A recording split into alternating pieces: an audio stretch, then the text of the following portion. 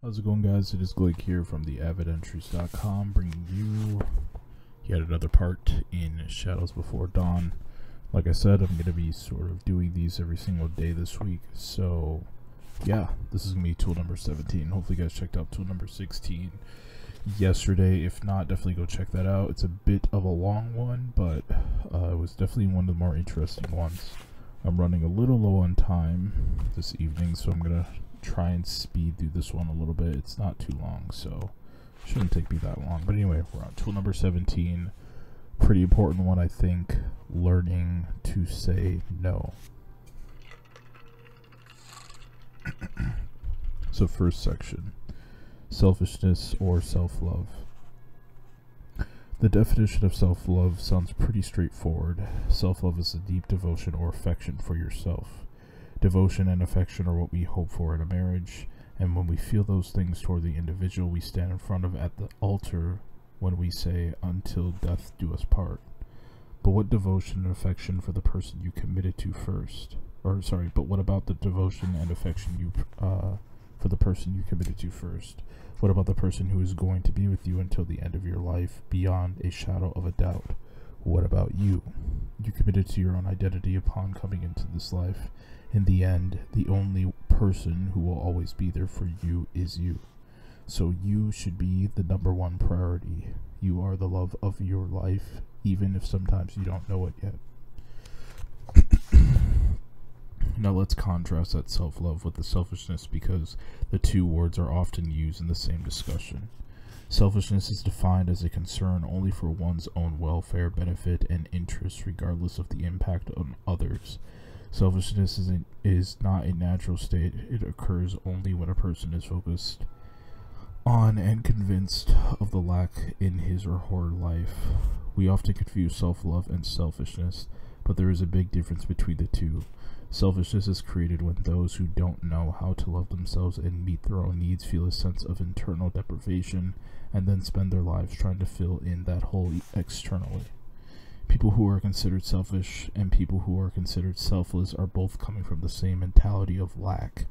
That is why they seem to always find each other. They are a perfect vibrational match. They see the energy in the world, especially love, as a finite resource that can be used up. They don't recognize it for the eternal stream of energy that is infinite and always flowing. Selfless people feel as if they must surrender love and other resources because of the belief that giving it to themselves means they are depriving someone else of that love and those resources, as if there is only so much to go around. Selfish people think that there is only so much to go around. They think they must take love and other resources, otherwise they will not have enough to survive. We have already examined how a selfish person thinks their only way to get love is from others, but the truth is that a selfless person who also thinks that their only way to get love is to get it from others. To understand this seeming dichotomy, we must look at the motivation behind selfless behavior. Selfless behavior. Most of us have grown up believing that our only hope of being loved is to be good. We are taught that being selfless is what good people do, and so to be loved we must be selfless. Therefore, it's very common that the motivation behind being selfless is in fact to get love from others.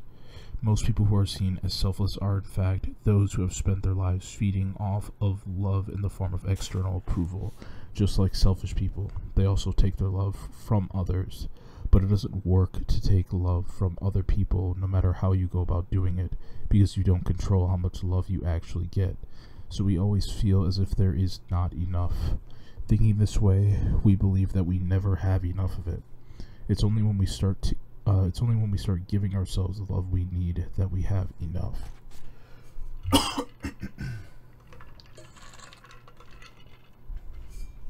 The next section, learn to say no.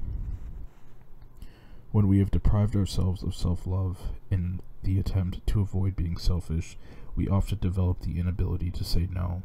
We set ourselves up for failure by never saying no, because we commit ourselves to a life lived for other people and not for ourselves. This isn't sustainable because it takes a toll on our energy, body, and relationships. The other side of the coin is also troubling. When we say yes to others, whenever we are asked to do something, we might not mean it, because deep down we feel resentful even though it was our decision in the first place.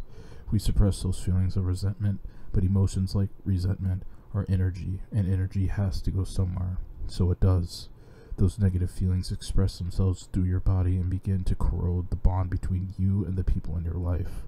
While it can be uncomfortable to think about saying no, it's important to remember that every time you say yes to someone or something else when you don't really want to, you are saying no to yourself and to your priorities. Very important there. It's also important to remember that the reason we can't stand saying no is because it makes us feel selfish.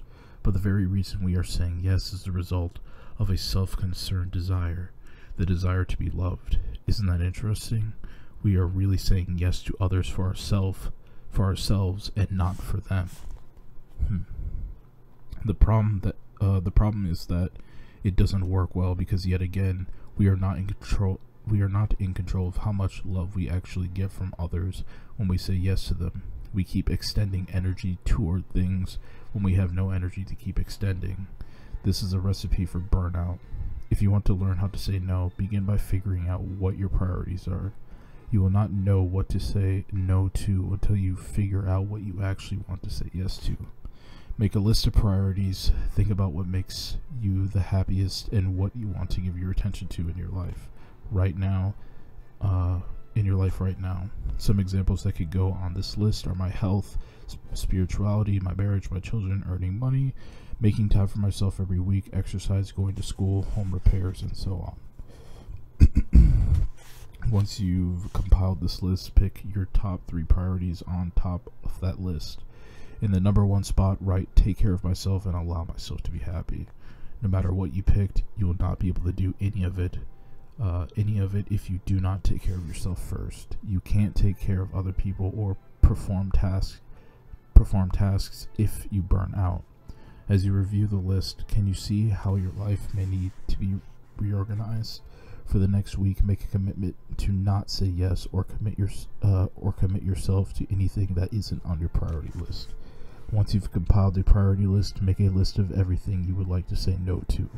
Compiling this list may cause you to feel guilty, but this is your time to be totally honest with yourself about what you really want to do in your heart and what your heart is telling you that you don't want to do.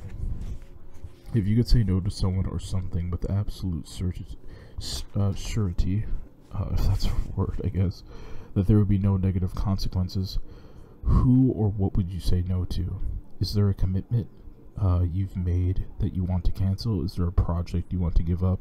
Is there a relationship you want to end? A date you want to cancel? Pick the most important thing on this list that you really want to say no to and say no to it. That means that if it's a date, cancel it. If it's a project, give it up. Take that step to free yourself from burden. Think about how you could go about saying no that would be easiest. Maybe it's talking to someone face to face, or maybe it's making a phone call. Maybe it's an email or a letter. Let yourself take the path of least resistance. Don't expect yourself to do it the hard way. It's already hard enough to say no. Once you have said no, give yourself some time to see how much better it feels to be free of that commitment. And if you're ready, say no to the rest of the things you wrote down on the list. This is a practice exercise, and if you do it often enough, it will get easier and easier to stick with your current priorities and not let them slip. It will get easier to stay true to yourself and what makes you happy. Next section. Let me get back to you. One of the best ways to learn to stay true to yourself is to delay answering people right away. It's really hard when you've been practicing saying yes for a lifetime to suddenly feel good about saying no up front the minute you are asked. But if you're really deliberate about it, you can catch yourself before the word yes leaves your lips. Practice a simple statement. Let me get back to you. And this way, you've deflected the pressure of having to answer, and you've given yourself the time to go home and be really honest with yourself about whether the answer is yes or no. Saying no does not only apply to saying no to other people, it also applies to saying no to ideas that originate from self-hate.